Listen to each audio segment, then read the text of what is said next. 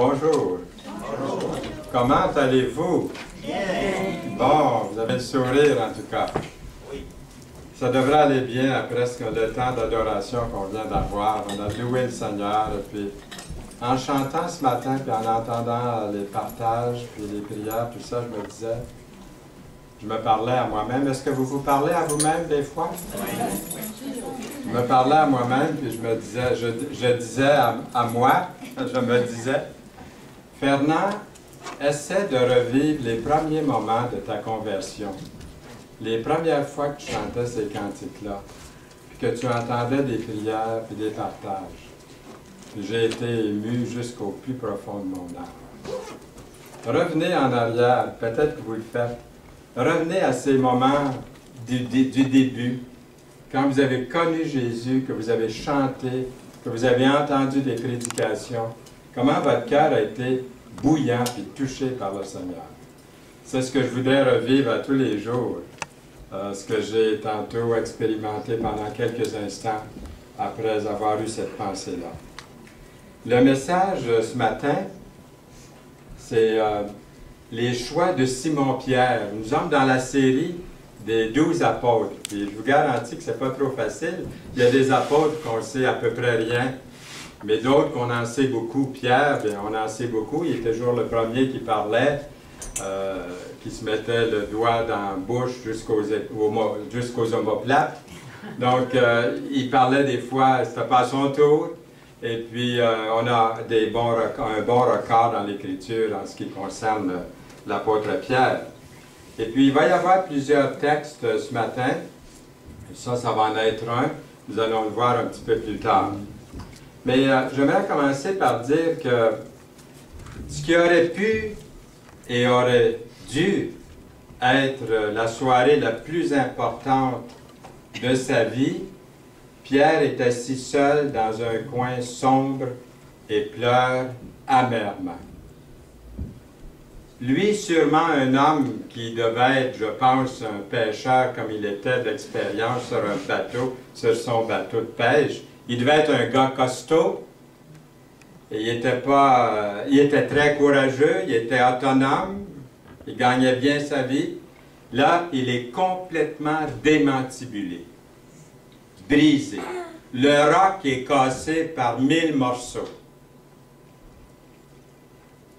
Est-ce qu'il y a eu dans votre vie un événement semblable où vous avez senti que vous étiez brisé, coupé, blessé, meurtri, découragé, désorienté, démoralisé, accablé, sûrement, comme je lisais cette semaine, si ce n'est pas encore arrivé, ça va arriver un jour ou l'autre. Abraham, Isaac, Jacob, David, Salomon, le prophète Jonas, tous sont passés par des événements qui les ont interpellés. Nous lisons dans Marc 3,16, « Voici les 12 qu'il établit. » Et le premier nom, Simon. Simon. Simon veut dire « qui entend », qu'il nomma Pierre, qui signifie ce que ça dit, pierre, caillou, roche, roc. L'apôtre Pierre laisse sa trace comme le leader du groupe des 12. Nous le connaissons mieux comme Pierre. Peu de temps après que Jésus eut passé 40 jours dans le désert, Jésus marche le long des rives de la mer de Galilée et voit deux frères, Pierre et André, deux frères. Jésus leur dit, « Suivez-moi, et je vous ferai pêcheurs. » Les oreilles ont dû faire boum. Il était déjà pêcheur. « Je vous ferai pêcheurs. » Mais ce qui suit, ça a dû les surprendre un peu, d'hommes. Aussitôt, ils laissèrent leur filet et le suivirent. Alors, si vous avez vos Bibles ce matin, il y a un texte un peu long à lire et il ne paraîtra pas à l'écran. Alors, c'est un bon exercice pour chacun. On va ouvrir nos Bibles si vous voulez. Ouvrez-les, si vous voulez, dans Luc chapitre 5, à partir du verset 1. Luc 5, 1.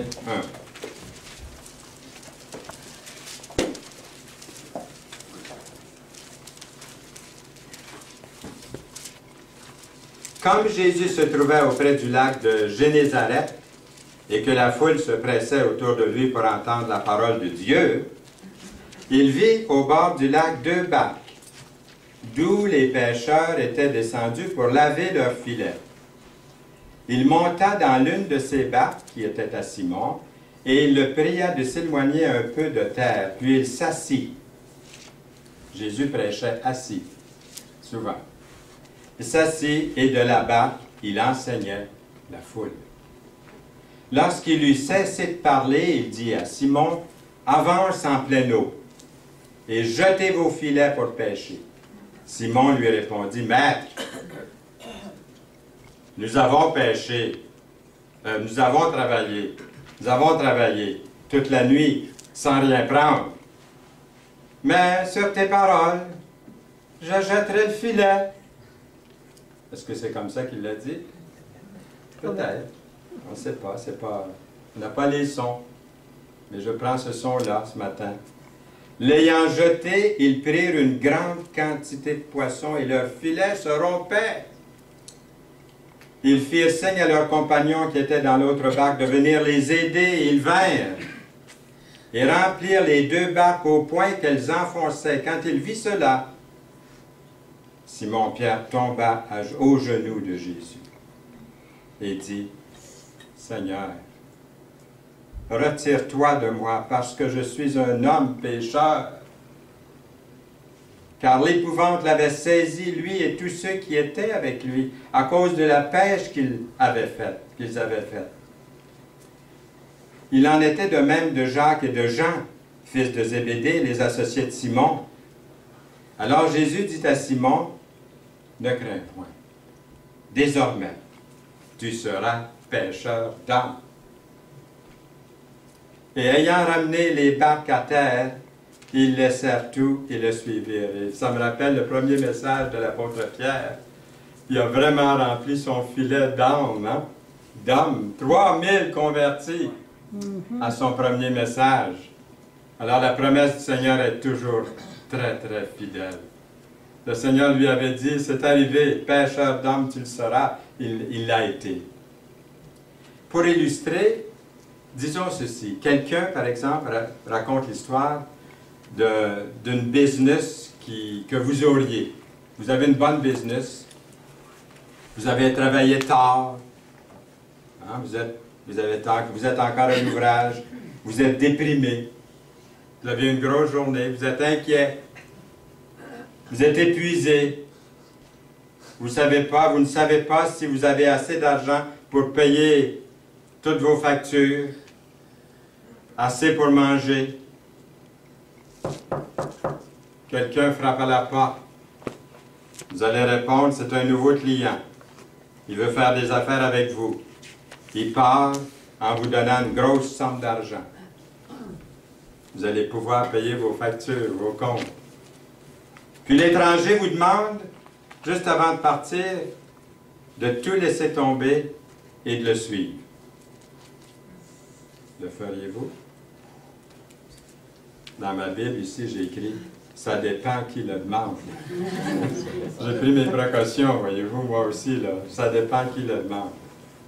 Là, c'est Jésus qui le demandait. Ils ne le connaissaient pas. Ils l'ont suivi. Ils ont vu en Jésus. Vous avez vu en Jésus. J'ai vu en Jésus un jour qu'il était le Sauveur, mon Seigneur. J'ai voulu le suivre. Et c'est à se poser la question, suivre le Seigneur, est-ce que c'est important pour vous? Est-ce que c'est important pour moi?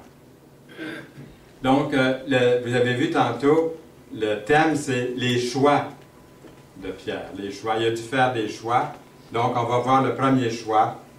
Premier choix. Nous demeurons stationnaires ou nous suivons Jésus.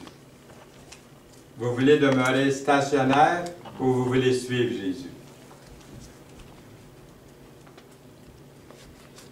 Pierre a un choix à faire. Il décide de laisser de côté la sécurité que lui procure son bateau, sa pêche, que lui procure sa paye, son gagne-pain. Comme notre frère disait tantôt, ça ne veut pas dire d'aller tout vendre. On va avancer dans le message un petit peu. Mais il y a des choses, faire confiance au Seigneur, il y a des choses, comme ça a été dit déjà aujourd'hui, c'est de faire confiance au Seigneur quand il nous appelle à quelque chose. D'être sage dans nos décisions. Il nous demande sûrement, quand il nous appelle, de sacrifier des choses chères à mon cœur. Quand il m'a appelé, moi, à l'œuvre du Seigneur, j'étais payé à toutes les 2 semaines, j'avais une voiture, j'avais un loyer, j'avais des meubles, l'argent rentrait, mon épouse travaillait aussi. Avant qu'on ait des enfants, elle travaillait. Et il y avait une sécurité, j'avais une job à vie. Et lorsque le Seigneur m'a appelé très, très fort, ma job à vie, bye-bye. Mais ça, c'était l'appel que Dieu me faisait. C'était clair. Pour vous, ça peut être d'autres choses. Peut-être pas laisser votre job. Sûrement pas, pour la plupart. Mais il y a sûrement quelque chose, un prix. Quelque chose que le Seigneur demande. Et pour Pierre, c'était son bateau. Tout comme Pierre, Dieu vous a appelé à laisser vos filets, à le suivre. Qu'est-ce que c'est vos filets? Frères et sœurs, continuons dans notre chemin à marcher par la foi et non par la vue. De faire confiance à Dieu. Dieu garde toujours ses promesses. Il ne nous laissera jamais tomber, je peux vous le dire. Je remercie le Seigneur à l'âge que j'ai maintenant, à tous les jours de la journée qu'il vient de me donner. Parce que je dis, Seigneur, cette journée que tu viens de me donner, là, si je ne l'avais pas eue, je n'aurais pas appris ce que j'ai appris encore. Je n'aurais pas non plus pu demander pardon à quelqu'un ou pu accomplir une action, une œuvre pour toi. Tu m'as permis de vivre une journée pour corriger des choses, pour faire des choses dans ta volonté. Donc, chaque jour, le Seigneur nous appelle à faire des choix. Deuxième choix, se laisser influencer. Est-ce que Pierre va se laisser influencer par l'opinion des autres ou influencer les autres par sa position pour le Seigneur Jésus-Christ? Jésus, étant arrivé dans le territoire de Césarée de Philippe, demanda à ses disciples, « Qui suis-je au dire des hommes, moi le Fils de l'homme? » Matthieu 16, 13. Ils répondirent, « Les uns disent que tu es Jean-Baptiste, les autres Élie, les autres Jérémie ou l'un des prophètes. Et vous, leur dit-il, qui dites-vous que je suis? » Simon-Pierre répondit, « Tu es le Christ, le Fils du Dieu vivant. » C'est beau à entendre. C'est une chose de citer ce que les autres disent de Dieu, mais c'en est une autre, n'est-ce pas, de parler de Dieu à partir de votre propre expérience personnelle. Et là, Pierre fait une belle confession. C'est une chose de lire la grande conviction d'un chrétien, qu'un chrétien peut avoir eu en Dieu, mais c'en est une autre, de parler avec conviction de votre propre décision pour le Seigneur au sujet de Dieu.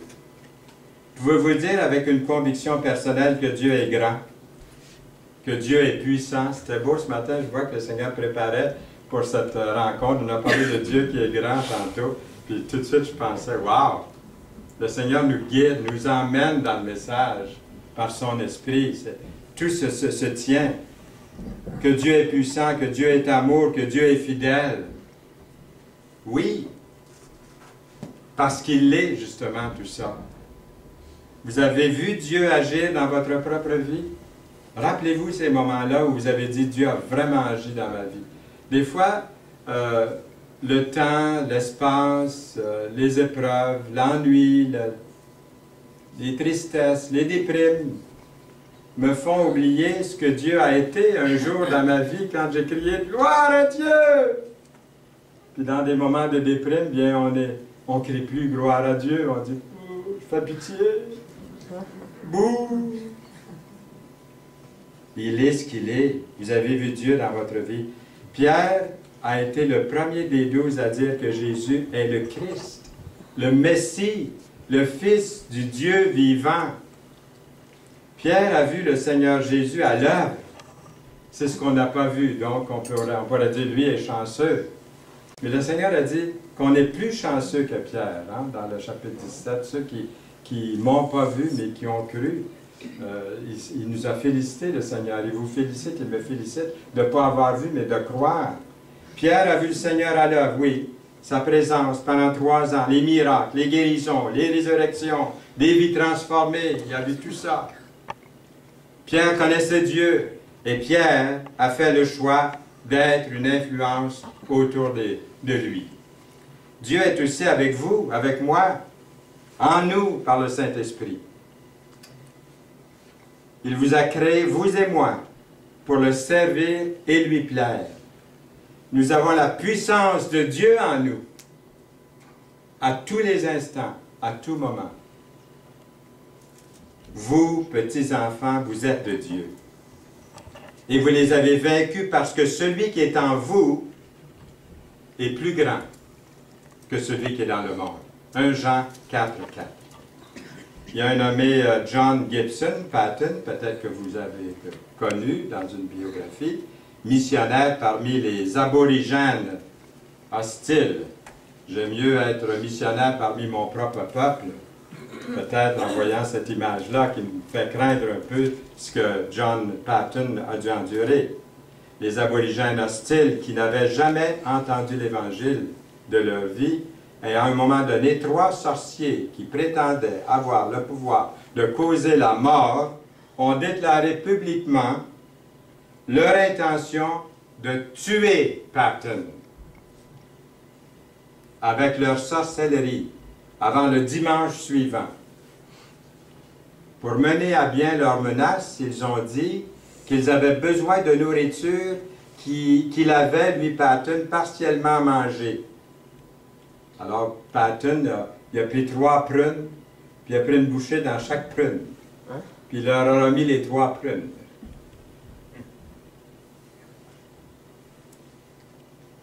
Il a donné ces 3 prunes-là aux hommes qui complotaient sa mort. Le dimanche suivant, le missionnaire est entré dans le village avec un large sourire, avec des springs dans les pieds. Il rentre dans le village comme ça. Dimanche suivant, avec un large sourire, un visage rayonnant.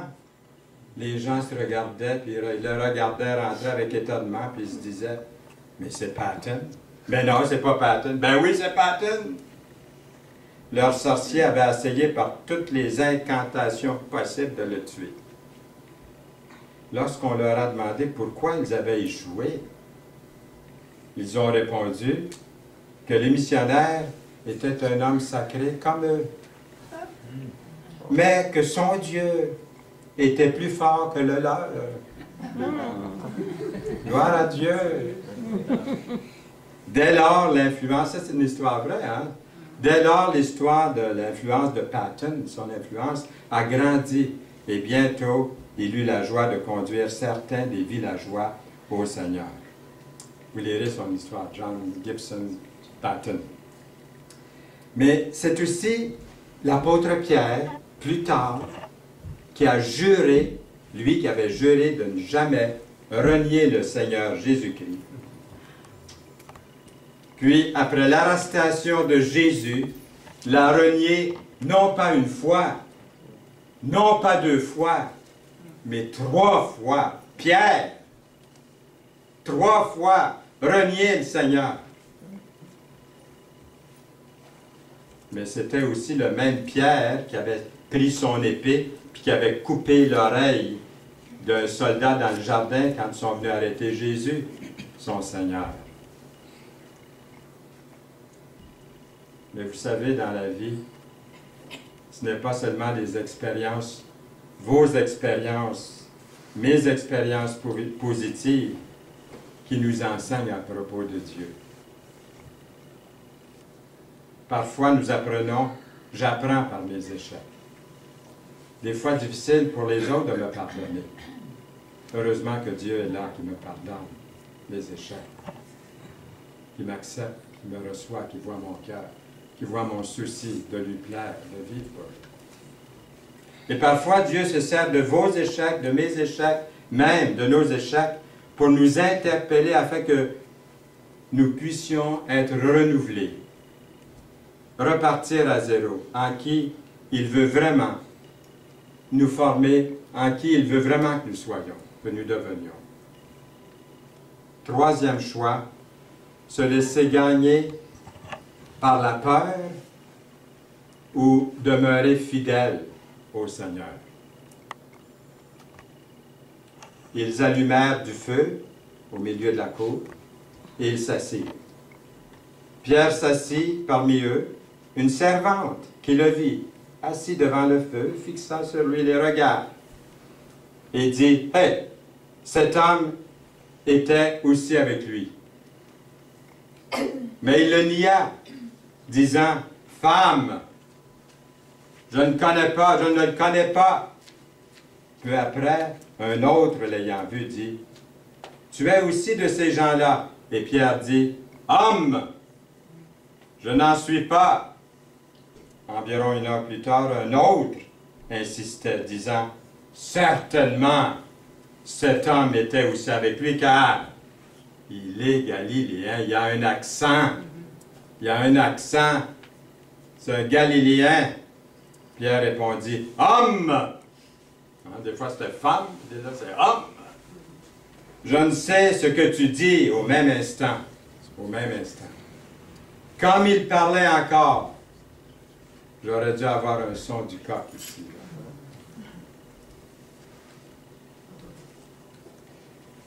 Comme il parlait encore, le coq chante.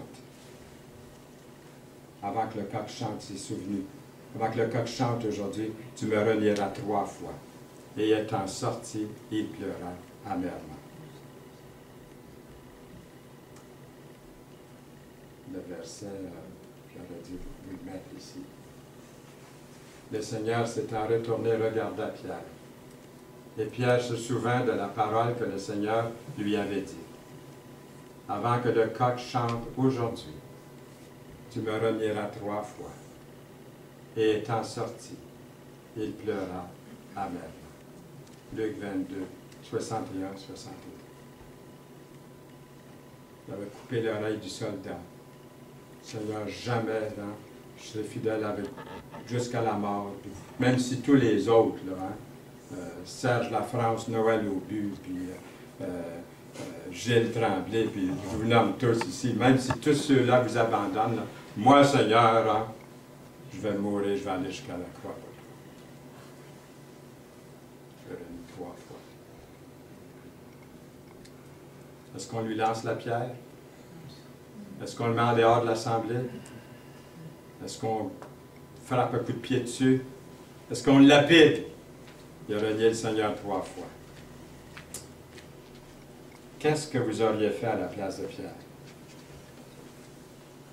Moi, je pense que j'aurais dit, je me suis fait avoir royalement par l'ennemi de Dieu. J'aurais dit, comment m'en sortir d'une telle situation? Et là, j'aurais pleuré amèrement, je pense aussi comme Pierre. Frères et sœurs, nous avons à prendre une décision pour le Seigneur. Pierre a gaffé, pas à peu près, pas à peu près. Lui était avec Jésus, nous, on pourrait avoir une excuse. Lui, il n'y en avait pas du tout, là. Alors, comment réagirions-nous ou réagissons-nous? Malheureusement, l'Église est souvent reconnue pour tirer à coups portants sur ses blessés, spirituellement, sur ceux qui sont tombés. Mais on est là pour aller les aider, les relever, prier avec eux, les entourer, les aider à revenir, à être réconciliés avec le Seigneur. Pas à les encourager dans leur mal, mais à les aider à se relever.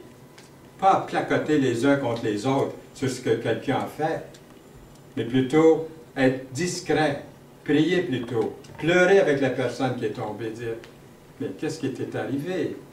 Est-ce que je peux t'aider? Qu'est-ce que je peux faire pour toi? » Il y a des grands leaders spirituels qui ont senti toute la colère des chrétiens de l'Église souvent, des chrétiens qui ne leur ont jamais pardonné. Ils n'ont jamais pu revenir. Comment réagir? Être rapide pour apporter la critique, être rapide pour les amener devant les juges, ou être rapide plutôt pour la restauration de ce misérable qui est tombé. Pierre renie le Seigneur Jésus-Christ 3 fois. Et après la résurrection, le Seigneur Jésus-Christ offre à Pierre 3 fois une restauration. C'est pas beau ça? Vous voulez voir le passage? Regardons dans Jean 21.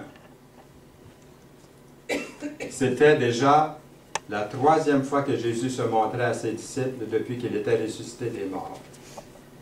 Après qu'ils eurent mangé, Jésus dit à Simon-Pierre, « Simon, fils de Jonas, m'aimes-tu? » Qu'est-ce qui est écrit après? Oui, parce qu'il avait déjà dit, hein, même si toutes les autres, là, hein, t'abandonnes-moi, pas moi, Pierre. Oh, non, non, non, non! Pierre, m'aimes-tu? Plus que ne m'aiment ceux-ci? Il répondit, oui, Seigneur, tu sais que je t'aime. Jésus lui dit, prends soin de mes petites brebis, hein, paie mes agneaux, prends soin de mes petites brebis dans l'Église. Ils vont tomber à aussi. Ils vont avoir du chagrin à aussi. Ils vont pleurnicher. Ils vont bêler. Hein? Oui, puis Dieu sait combien il y en a qui vont bêler. Hein? Il lui dit une seconde fois, Simon, fils de Jonas, m'aimes-tu? Oh, mettez-vous à sa place. Boy, oh boy. Oui, Seigneur. Tu sais que je t'aime. Jésus lui dit, paie mes brebis. Il n'y a pas juste des agneaux, mais il y a des toughs, des brebis, des grands. Ça fait longtemps qu'ils sont sauvés, ceux-là. C'est ceux-là qui vont te donner plus de misère. Prends mes brebis. Tu vas en trouver des toughs, ils pensent qu'ils en savent plus que toi, puis ils en savent plus que toi, souvent. Ils vont être toughs, ceux-là. Veux-tu en prendre soin? Paie mes brebis. Prends-en soin. Il lui dit pour la 3e fois, c'était pas assez une fois puis 2 fois? Et il y a pour la 3e fois. Simon, fils de Jonas, m'aimes-tu? Pierre fut attristé de ce qu'il lui avait dit pour la 3e fois. M'aimes-tu? Il lui répondit, Seigneur, tu sais toutes choses. Tu sais que je t'aime. Jésus lui dit, paie mes brebis. Prends soin de mes brebis. Parce qu'eux autres aussi, ils vont tomber. Hein? Eux autres aussi, ils vont être attristés. Ils vont être loin de moi, des fois. Mais bêche pas dessus. Hein? Pense-leur. Va chercher la petite brebis égarée, là. La petite folle, la petite hébétée, la petite frivole, là, qui est toujours partie. Agnolet. Une histoire que mon épouse racontait à nos 3 jeunes quand ils ont grandi. Agnolet, c'était la petite brebis qui faisait à sa tête, qui partait, qui désobéissait, qui gamballait d'un bord et de l'autre. Puis les enfants chez nous ont bien appris la leçon de rester près de leurs parents, d'apprendre, de grandir. Un jour, ils vont pouvoir partir voler de leur propre ailes. Wow! Bien sûr que Pierre accepte une restauration, là. 3 fois le Seigneur lui offre. L'auriez-vous refusé cette restauration-là? Une restauration parce que Pierre est un homme brisé. Pas parce qu'il est orgueilleux, puis fantasque, puis fier de lui, puis de tout ce qu'il peut être, puis accomplir. Non. Brisé. Est-ce que je suis assez brisé pour que le Seigneur puisse faire quelque chose avec moi? Avez-vous déjà eu une expérience semblable dans votre vie? Le Seigneur Jésus-Christ est là pour vous offrir la restauration, le pardon, la guérison. Quatrième choix. Demeurez passif ou actif. Alors Pierre se présenta avec les 11, élevant la voix et leur parlant en ces termes. « Hommes, frères, et vous tous qui séjournez à Jérusalem, sachez ceci et prêtez l'oreille à mes paroles. Ces gens ne sont pas ivres, comme vous le supposez, car c'est la 3e heure du jour, mais c'est ici ce qui a été dit par le prophète Joël dans les derniers temps, dans les derniers jours. Dieu dit, « Je répandrai de mon esprit sur toute chair. Vos fils et vos filles prophétiseront, vos jeunes gens auront des visions, vos vieillards auront des songes. Oui, sur mes serviteurs et sur mes servantes, dans ces jours-là, je répandrai de mon esprit et ils prophétiseront. Que toute la maison d'Israël sache donc avec certitude que Dieu a fait Seigneur et Christ, ce Jésus que vous avez crucifié. » Et après avoir entendu ce discours, ils eurent le cœur vivement touché. Et ils dirent à Pierre et aux autres apôtres, « Hommes, frères, que ferons-nous? » Dans Actes 2, 36 à 37. Pierre leur dit, « Repentez-vous, et que chacun de vous soit baptisé. » Est-ce que vous vous êtes repentis? Est-ce que vous avez été baptisés? Baptisés au nom du Seigneur Jésus, à cause du pardon de vos péchés, et vous recevrez le don du Saint-Esprit. Déjà, le Saint-Esprit est en vous si vous l'avez reçu comme sauveur, mais vous allez le recevoir, ce don-là, en abondance, parce qu'on peut être rempli de l'Esprit. On peut vivre dans la plénitude de l'Esprit. On a l'Esprit de Dieu quand on est sauvé, mais vivre dans la plénitude de l'Esprit, c'est une autre marche pour Dieu. Proche, une étreinte de Dieu dans votre vie pour le servir. Car la promesse est pour vous, pour vos enfants, pour tous ceux qui sont au loin, et aussi grand nombre que le Seigneur notre Dieu les appellera. Et par plusieurs autres paroles, il les conjurait et les exhortait, disant, « Sauvez-vous de cette génération perverse. » Actes 2, 39 et 40. Pierre est passé d'une personne qui reçoit l'appel du Seigneur à une personne qui répond à l'appel de Dieu. Nous lisons dans Jacques 1, 22, « Mettez en pratique la parole et ne vous bornez pas à l'écouter en vous trompant vous-même par de faux raisonnements, car si quelqu'un écoute la parole et ne la met pas en pratique, il est semblable à un homme qui regarde dans un miroir son visage naturel et qui, après s'être regardé, s'en va et oublie aussitôt qui il était, comment il était. Mais celui qui aura plongé les regards dans la loi parfaite, la loi de la liberté, et qui aura persévéré, n'étant pas un auditeur oublieux, mais se mettant à l'œuvre, celui-là sera heureux dans son activité. Jacques 1, 24 à 25. Ça me rappelle l'histoire d'un vendeur, un jeune vendeur d'encyclopédies, de livres, affecté à une zone rurale. Il aperçoit un homme d'un certain âge assis dans une chaise berçante sur sa galerie. Le jeune homme s'approche de lui avec tout le zèle d'un jeune vendeur nouvellement formé et lui dit, « Monsieur, j'ai ici un livre qui va vous dire comment cultiver 10 fois mieux que vous le faites maintenant. » L'agriculteur continue à se bercer. Après quelques secondes, il s'arrête de bercer, regarde le jeune homme et lui dit, « Mon gars, je n'ai pas besoin de ton livre. Je sais déjà comment cultiver 10 fois mieux que je le fais en cet instant. » Le bercer sur le perron. D.L. Moody assistait à un congrès à Indianapolis sur comment atteindre les masses pour Jésus-Christ. Lui, un évangéliste, assistait à des congrès comme ça. Comment conduire les masses au Seigneur. Il a demandé à son chanteur Ira Sankey de le rencontrer en dehors du congrès, à un coin de rue à quelque part à 18 h le soir, à un certain coin de rue d'Indianapolis. Et quand Sankey est arrivé, Moody lui a demandé de se tenir sur une boîte de bois, là, puis de chanter un chant chrétien. Alors son chanteur, Sankey, a commencé à chanter.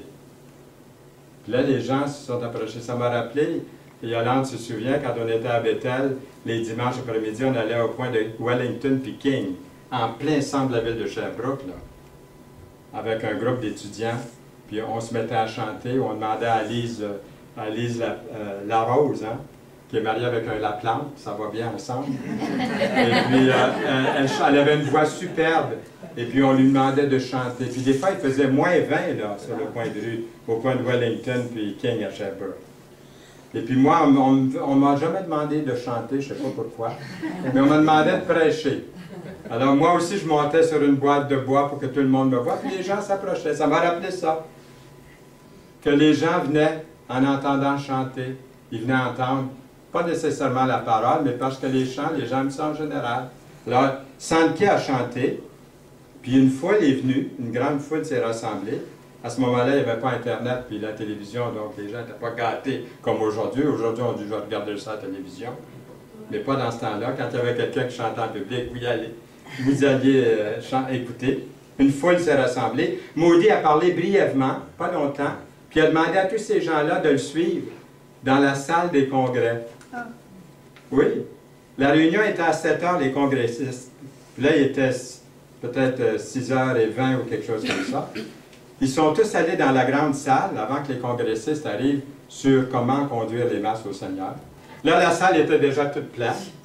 Puis Moody était en avant en train de prêcher. Quand les congressistes, hein, bien cravatés et tout, sont rentrés avec leur Bible sur le bras pour parler comment conduire les masses au Seigneur.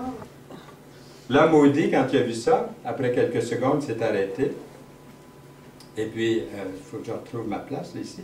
Il s'est arrêté, il a dit, maintenant, nous devons terminer cette réunion, car les frères de la Convention viennent d'entrer pour venir discuter de la question comment atteindre les masses pour Jésus-Christ. Je me rappelle un jour, il y a quelqu'un qui m'a visité, qui a visité dans notre assemblée à Belleuil, autrefois, puis il me parlait d'une organisation qui parle beaucoup d'évangélisation, puis ils ont toutes sortes d'affaires, des réunions. Moi, je l'écoutais, puis quand j'ai fini, je n'ai pas pu faire autrement que de lui dire, eux, ils parlent beaucoup d'évangélisation, mais moi, je la fais, l'évangélisation. J'en parle. J'ai une émission à la radio d'évangélisation, au téléphone, les contacts que nous faisons. Ça, on le fait, nous. On ne fait pas juste en parler. Des grandes conférences d'une semaine sur comment conduire les âmes au Seigneur. Bien, il faut se mettre à l'œuvre à un moment donné, puis aller témoigner sur le champ. Vous avez compris que Moody a voulu illustrer la différence entre parler de quelque chose, puis de sortir, puis de le faire. Lorsque Pierre a reconnu Jésus-Christ comme le Messie, Jésus, reprenant la parole, lui dit, « Tu es heureux, Simon. » Vous vous rappelez, quand il l'a confessé comme Christ, il dit, « Fils de Jonas, ce ne sont pas la chair et le sang qui t'ont révélé cela, c'est mon Père qui est dans les cieux. » En Matthieu 16, 17. Je ne peux pas faire autrement que de vous parler de ça. Parce que ça nous concerne tous ici. Nous avons la plupart pratiqué la même religion ici. Il dit, « Et moi je te dis que tu es Pierre et que sur ce roc, dans ma version c'est écrit comme ça, je vais attirer mon Église et que les portes du séjour des morts ne prévaudront point contre elle. » Matthieu 16, 18. D'une manière très réelle, Pierre a été la première pierre posée sur la pierre angulaire qui est le Seigneur Jésus-Christ. J'ai cette belle illustration-là, moi, qui est tellement claire, qui est tellement belle. Je vous ai raconté 100 fois, puis je ne vais pas prendre trop de temps, mon temps file très, très vite. Mais vous vous rappelez que quand le jour de ma conversion, j'avais 11 ans, Et puis quand j'ai dit aux missionnaires que j'avais accepté Jésus comme mon sauveur cette journée-là, qu'est-ce qu'il a fait? Il a dit, on se met à genoux. Puis il a prié. Puis qu'est-ce qu'il a dit dans sa prière, le missionnaire? Il dit, Seigneur, je te glorifie qu'une toute petite pierre vient de s'ajouter à l'Église, à la grande Église de Jésus-Christ. C'était qui la petite pierre? C'était moi. Puis c'était encore une petite pierre. Hein? C'était encore une petite pierre où je voyais bien vos yeux. Bien, vous êtes une pierre aussi quand vous avez accepté Jésus. Vous êtes une pierre qui est mise par-dessus Pierre. Pierre était la première pierre sur la pierre angulaire. Ça veut dire que l'Église était construite sur lui, on ne peut pas dire autrement, et sur vous. Elle est construite sur nous. Ceux qui vont croire, elle est construite. Hein? Des fois, je rencontre des gens et ils me disent, tu es mon papa spirituel, parce qu'il y a longtemps, ils ont été conduits au sein. Quelquefois, j'ai entendu des gens dire, vous êtes mon grand-papa spirituel. Ça, j'aime moins ça. J'ai la barbe, je n'ai pas la pipe, mais j'ai la chaise berceuse. En tout cas, on passe au verset. Ainsi parle le Seigneur l'Éternel. Voici, j'ai mis pour fondement en Sion une pierre. Une pierre éprouvée. Est-ce que c'est l'apôtre Pierre, c'est la pierre éprouvée? Une pierre angulaire de prix, solidement posée. Celui qui la prendra pour appui n'aura point hâte de fuir. Ça, c'est une prophétie de Jésus-Christ dans Ésaïe 28, verset 16. Selon le dictionnaire biblique, pierre angulaire est une pierre fondamentale faisant l'angle extérieur d'un édifice. Spirituellement, Jésus-Christ est la principale pierre de l'angle de l'édifice, de son Église, de son temple, la Nouvelle-Jérusalem. La pierre qu'ont rejetée ceux qui bâtissaient est devenue la principale de l'angle. Donc, je vais sauter vite, parce que le temps passe ici, là. Et je vais passer, parce que c'était pour souligner justement que Pierre est une pierre sur la pierre qui est Jésus-Christ. Est-ce que tout le monde saisit bien ça? Oui. Il n'a pas construit son Église sur Pierre, indirectement, oui, parce qu'il était la première, donc les autres pierres s'ajoutent. Mais la pierre principale, c'est le Seigneur Jésus-Christ. Donc, essayons pas de donner toutes sortes de théories. C'est tellement simple à expliquer quand on voit l'Écriture de cette façon-là, comme elle est écrite textuellement. Alors, nous aurons des choix à faire. Nous demeurons stationnaires ou nous suivons Jésus? C'est à vous de répondre. Vous laissez influencer par l'opinion des autres ou influencer les autres par votre position dans le Seigneur? C'est à vous de répondre. Se laisser gagner par la peur ou demeurer fidèle au Seigneur? Hein? C'est à vous la réponse. De demeurer passif ou actif? Pierre a commencé à prêcher tout de suite, hein? Il a mis en pratique. Qu'est-ce que je vais faire? Demeurer passif ou actif? Nous aurons, nous choisissons de prendre un risque mûrement réfléchi ou se réfugier dans l'inactivité. Nous choisissons soit de croire en Dieu, lui faire confiance, même quand on ne comprend pas toujours sa volonté, ou de se réfugier dans un coin, tremblant de peur et de doute. Le chrétien rempli de l'Esprit sera celui et celle qui suit le Seigneur en dépit de l'opinion du monde. Fichez-vous de l'opinion du monde. Ce n'est pas le monde qui dirige votre vie. C'est la parole de Dieu qui dirige votre vie. Laissez faire les rires, les moqueries. Qui rira bien, rira? Amen. Ah, je n'ai pas fini. C'est lui, c'est vous qui influencera les gens autour de vous.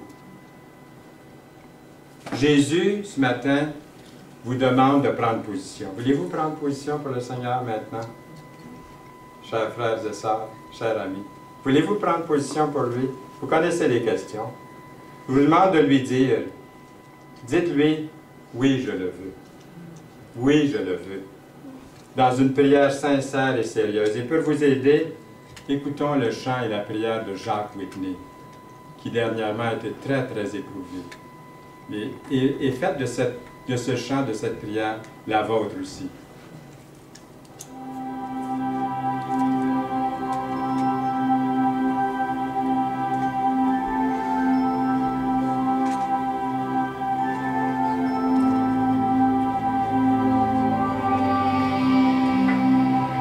En mon cœur j'ai choisi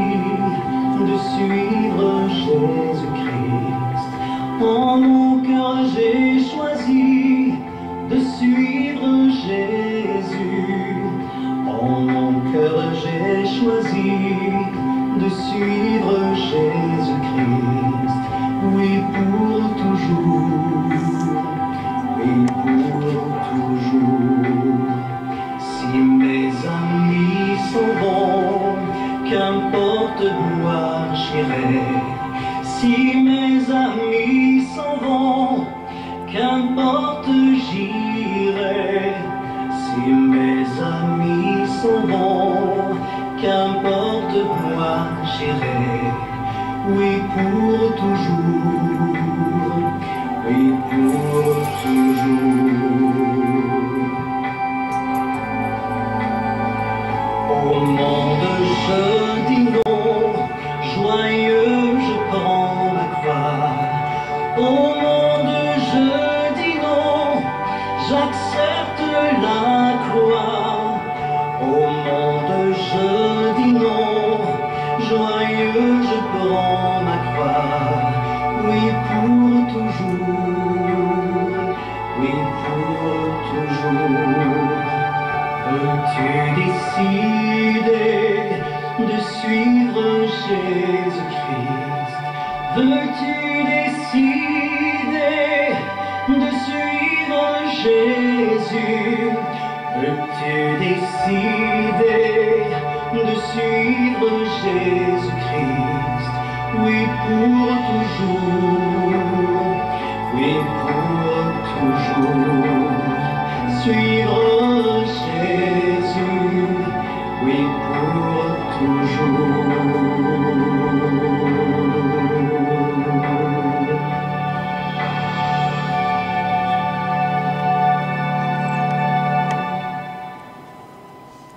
Amen. Amen.